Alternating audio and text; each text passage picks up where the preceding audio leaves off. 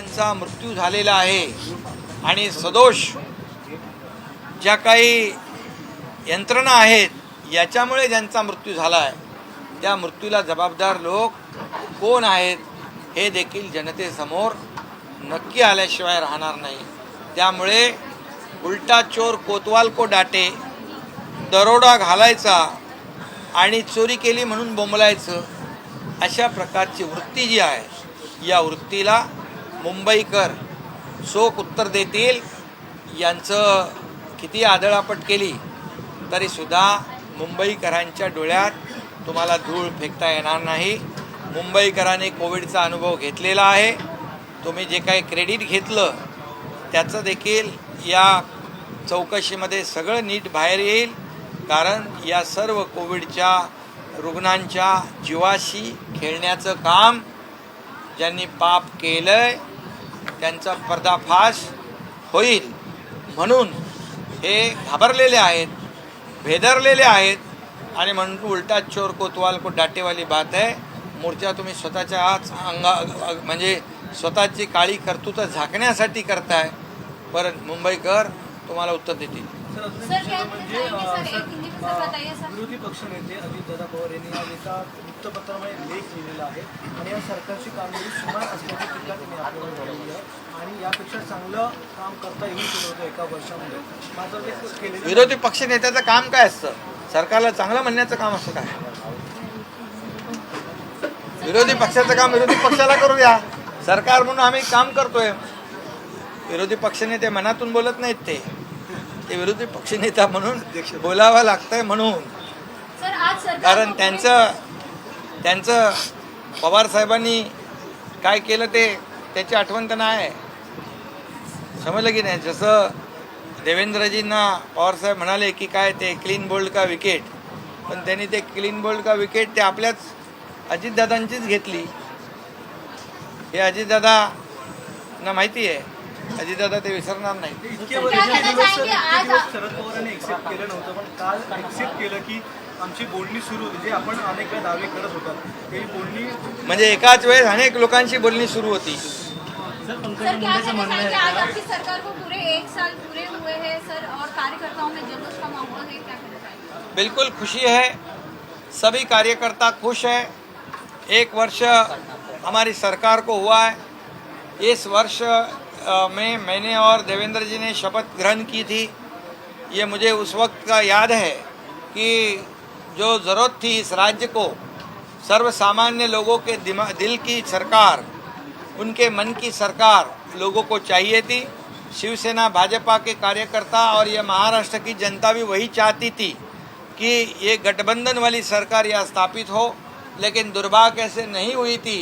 वो हमने 30 जून को पिछले साल में करके दिखाया है और उसके बाद मैं सही मायने में इस देश के आदरणीय प्रधानमंत्री नरेंद्र मोदी जी उनका अभिनंदन करता हूँ, धन्यवाद देना चाहता हूँ। हमारे केंद्रीय गृह मंत्री अमित शाह जी और भारतीय जनता पार्टी के जेपी नड्डा जी, इनको मैं धन्यवाद दूंगा, भारतीय जनता पार्टी को धन्यवाद दूंगा और शिवसेना के वरिष्ठ सब नेता हैं उनको धन्यवाद दूंगा और ख़ास करके हमारे उप मुख्यमंत्री देवेंद्र फडणवीस जी को बहुत बहुत धन्यवाद दूंगा, उनका अभिनंदन करूंगा, क्योंकि हम लोगों ने जो 50 लोगों ने एक चैलेंज, एक बहुत ही एक महत्वपूर्ण निर्णय लिया था इस राज्य के लिए, ये राज्य की जनता के हित के लिए, उसके लिए देवेंद्र जी और उनकी टीम कंधे से कंधा मिलाकर हमारे साथ में आगे बढ़ी और इसीलिए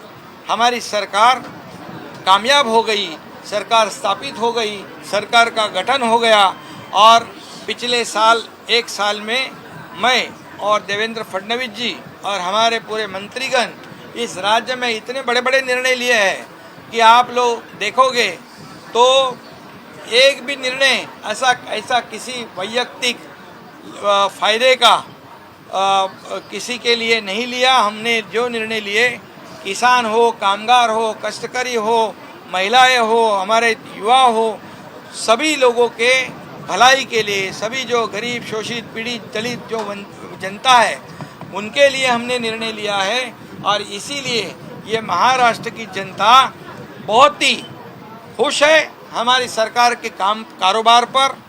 मैं मुख्यमंत्री के रूप में काम कर रहा हूँ।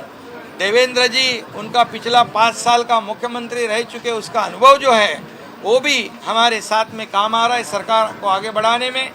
और जो देवेंद्र जी के कार्यकाल में जो योजनाएं शुरू थी, महाविकास आघाड़ी ने वो जनता के हित की योजनाएं बंद कर दी थी, लेकिन हमारी सरकार, जनता की सरकार आने के बाद हमने तुरंत वापस सब योजना शुरू कर दी। इंफ्रास्ट्रक्चर हो, मेट्रो हो, जलयुक्त शिवार हो, किसानों के लिए योजनाएं हो, इंफ्रास्ट्रक्चर हो, समृद्धि हाईवे हो, कई ऐसे प्रकल्प जो है राज्य के और देश के हित के प्रकल्प हम लोगों ने शुरुआत कर दी। ये डबल इंजन वाली सरकार ये बहुत ही स्पीड से, तेजी से काम कर रही है और केंद्र सरकार का भी इसे बहुत सपोर्ट है, मोदी जी का सपोर्ट है और बिल्कुल इसी स्पीड से, डबल स्पीड से आगे भी हम काम करेंगे और जनता के भलाई के लिए काम करेंगे, इस राज्य के विकास के लिए काम करेंगे। सर, आज ही के दिन आपने शपथ ली थी सर, शपथ लेते वक्त सर मन में क्या था, बताइए। शपथ लेते वक्त इस महाराष्ट्र का विकास, जनता का विकास, इस राज्य को आगे बढ़ाने का विकास, एक राज्य को प्रगति पथ पर ले जाने का विचार था और मैं यही समझता हूँ कि साल भर में हमारी सरकार ने कई ऐसे बड़े निर्णय लिए हैं जो जनता ने पसंद कर दिए। एक वर्ष पूर्ण झालं आहे, जे काही काम केलं त्याबद्दल आपल्याला कसं समजलं?